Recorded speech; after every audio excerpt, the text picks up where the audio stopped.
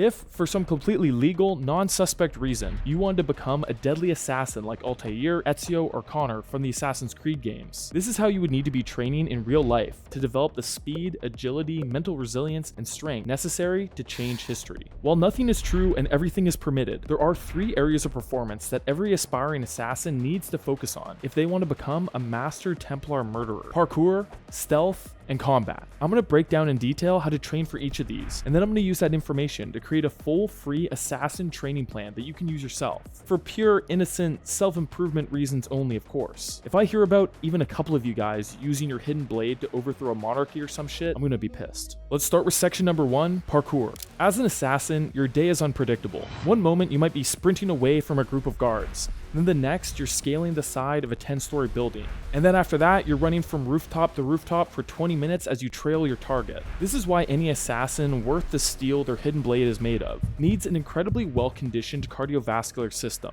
and simply jogging a few times a week won't cut it, because our bodies rely on 3 distinct energy systems to create the power needed for different kinds of movement. First, there's the phosphagen system, which powers explosive, intense movements lasting less than 10 seconds, like sprinting, jumping, or heavy weightlifting. Next, the anaerobic glycolytic system takes over for medium-length activities, lasting between 30 seconds to 2 minutes, perfect for fast-paced running, parkour, and intense close-quarters combat. Then finally, there's the aerobic oxidative system, which is crucial for longer duration endurance activities such as jogging and slower-paced urban navigation. This system is all about low-level sustained performance over time. So to effectively prepare their cardiovascular systems to be able to keep up with the varied physical demands of the job, assassins should include different types of cardio training for each of these systems. Explosive sprints or plyometrics for the phosphagen system, interval runs or agility drills for the anaerobic system, and longer, steady-state cardio like running or cycling for the aerobic system. Later, when we break down the full Assassin's Creed training plan, I'll show you how you can fit training for all these different systems into your schedule. But of course, you need more than just good cardiovascular conditioning to be a parkour master. You also need strong, explosive legs, resilient ankles, and calves that can properly absorb the impact when you land,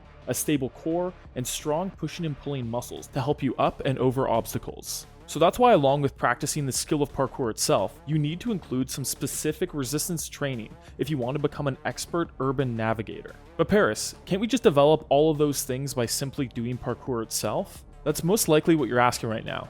But the answer is probably not, at least not without a high risk of injuring yourself.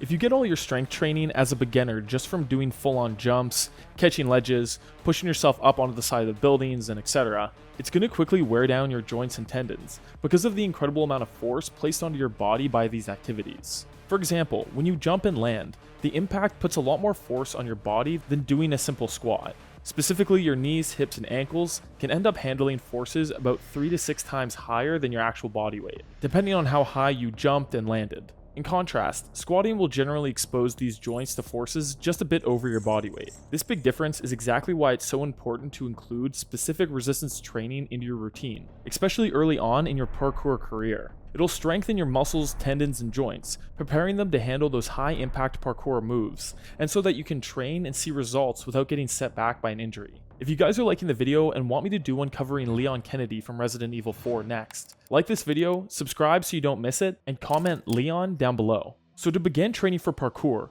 you would want to start by parkouring around and over smaller obstacles to build confidence, improve your balance and coordination, and to start getting your body used to the impact forces of the sport. And then you can complement this by doing a good amount of high-rep strength endurance work, by doing movements like banded pull-ups, bodyweight squats, calf raises, push-ups, and dips. And then over time, you can slowly increase the intensity of both your parkour and your resistance training. Now, I'm no parkour expert, so I can cover the strength and conditioning and injury prevention side of parkour, but I can't teach you the actual techniques of the sport. That's why, if you want to learn more about it, you should go check out this amazing video by Jason Paul, who is a parkour master, called Parkour for Beginners. It's a really great place to start. Now, once you've been training the basics of parkour for around a year or so, and you've built up a solid base of strength, muscular endurance, and joint resilience, you can switch over to doing more low-rep, high-intensity, max strength training, along with some plyometric and ballistic work. This will all serve to improve your neuromuscular efficiency, which is how well your nervous system is able to recruit and use your muscles. And when you improve this, it'll make you pound for pound stronger and more explosive,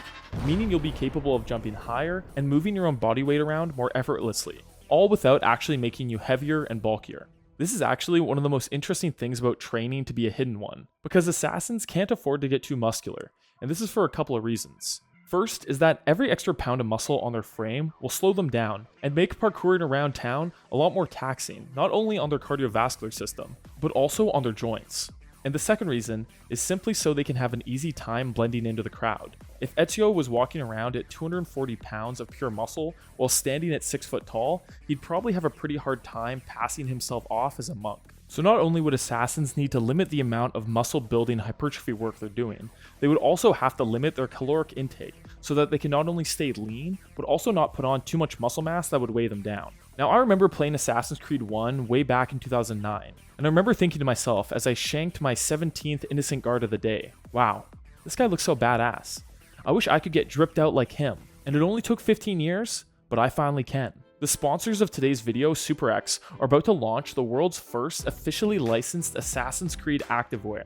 This Ezio tracksuit has that signature Assassin's Creed look, but updated for the modern world. So it's perfect to wear to the gym, out for a run, or when you're just out running errands. But it doesn't just look good, it's also crazy comfortable as well. It's made with ultra high quality super stretch fabric, so you can train without worrying about busting a seam or feeling restricted. But the Ezio tracksuit isn't it. They're coming out with a full line of Assassin's Creed activewear, with a compression shirt, 2 other hoodies, and shorts. And all of it is badass, you guys need to check it out. But you have to act fast, because everything SuperX makes is done in very limited runs and they sell out fast. Now we're on to section 2, stealth. Of course, you can't become an elite assassin without mastering the art of strategic sneaking. When it comes to training for stealth, there are a million things we could talk about. How to move silently using the fox walk, training your body control and balance, how you can improve your low light vision, or we could even talk about how you can completely conceal your body in a little cardboard box. But I want to focus on what might be the most important part of stealth, and something that will be insanely useful for you to find success in everyday life.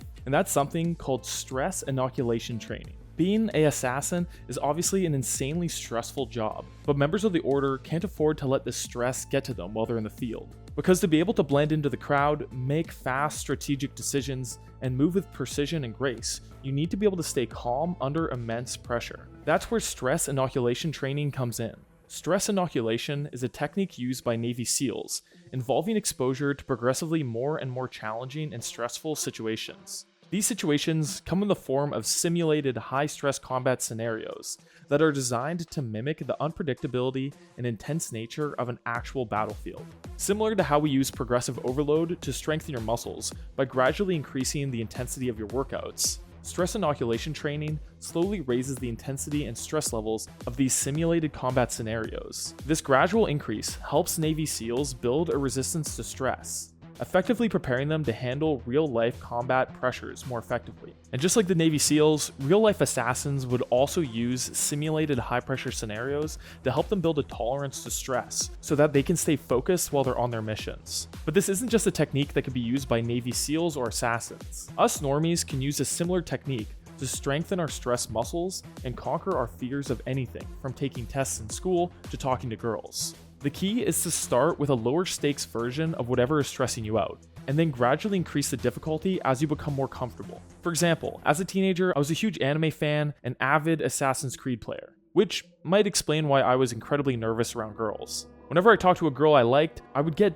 insanely stressed. My heart rate would spike, my palms would get sweaty, my knees weak, mom spaghetti, and I would start fumbling my words, resulting in what some might call L-Riz. To overcome this fear, I started by engaging in casual conversations with girls I wasn't attracted to and I just wanted to be friends with.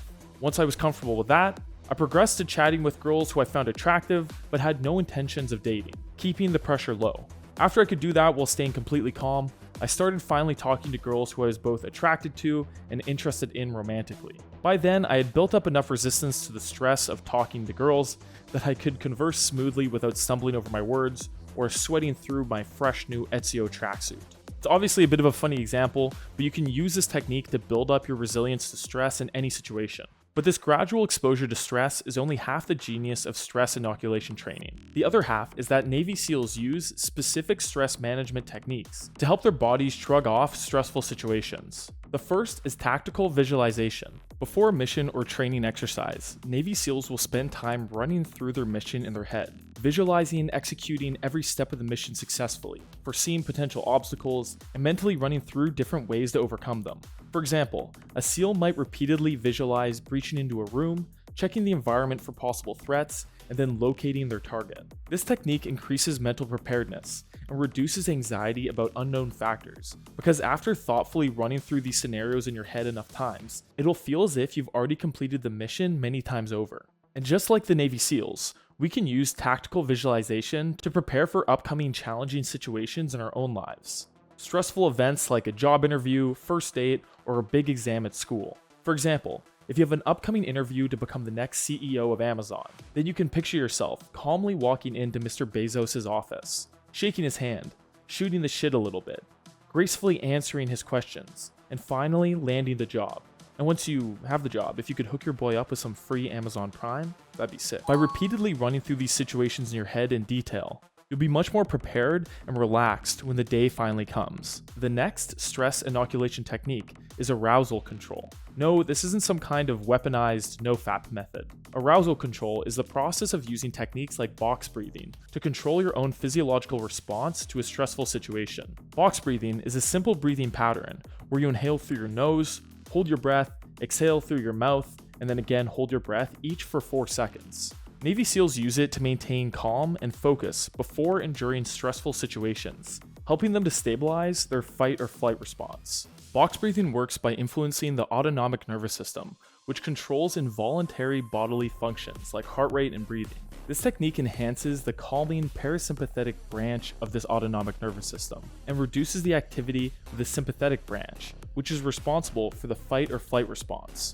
If you've ever felt your heart pounding out of your chest, you get all sweaty and maybe you get a bit panicked before some big event, that's your fight or flight response kicking into high gear.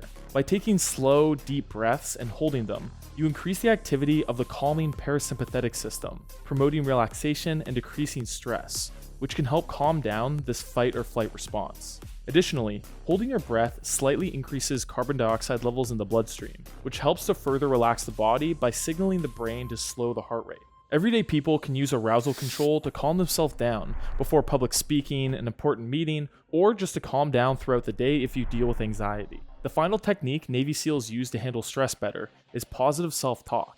This means they often remind themselves of their skill and readiness before and during missions, which helps boost their confidence and keeps them focused. For us in daily life, positive self-talk can help anyone feel less anxious and more ready to tackle challenges.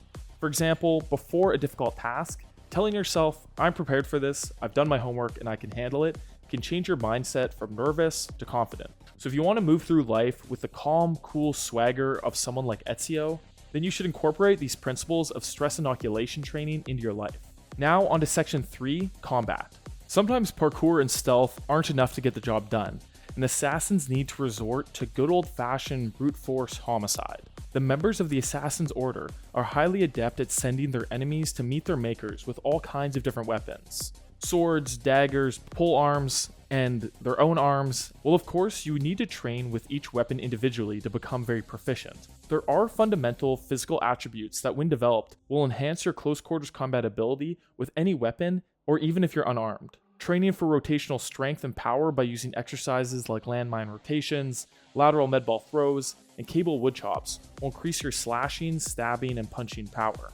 Exercises like rope climbs, pull-ups, farmer's carries, and sled rope drags will give you the massive grip and back strength needed to not only properly handle weapons like swords and maces, but also give you a huge edge when grappling or trying to put someone in a stealthy little chokehold. It's also beneficial to work in some max strength in the 1 to 5 rep range on movements like the back squat, deadlift, and overhead press, because your speed and power output in a fight is always going to be limited by your strength, and you won't get any faster or more powerful than your strength allows, because speed is simply expressing your strength quickly. This is why even sprinters train for max strength using movements like the front squat and the back squat. Then finally, you'd want to incorporate some explosive power movements to teach your body how to convert all of this raw strength into explosive power. This would be a mix of ballistic power movements that have you accelerating a weight or any other object, because these movements have such good carryover to mixed martial arts, and then some plyometric power movements that have you accelerating your own body weight, because these movements have better carryover to parkour. Now, some of you are probably saying to yourselves right now that medieval assassins wouldn't have access to all of this fancy gym equipment. And that's why I've actually saved my favorite strength training tool for assassins for last. And best part is, it's also very historically accurate. And that tool is a steel mace. Steel maces are an ancient weapon turned modern training tool. They're exceptional for developing the physical attributes critical for being an assassin. You can use them to train for rotational strength using the 360 swing, and the uneven weight distribution of the mace challenges your grip, wrist, and forearm and shoulder strength, which are all essential for wielding traditional assassin's weapons like swords, polearms, and of course, maces. There's tons of other movements you can do with the steel maces, but one of the best things about them is you get to swing around a goddamn giant piece of cast iron. You know, how badass is that? So that's everything you'd have to do to train to be an assassin in real life. If you want to see how all this fits together into a training program that you can follow yourself, go click the link in the description of this video and head over to my blog where you can download the full Assassin's Creed Functional Strength Training PDF 100% for free. And check out one of these other videos here, and I'll see you there.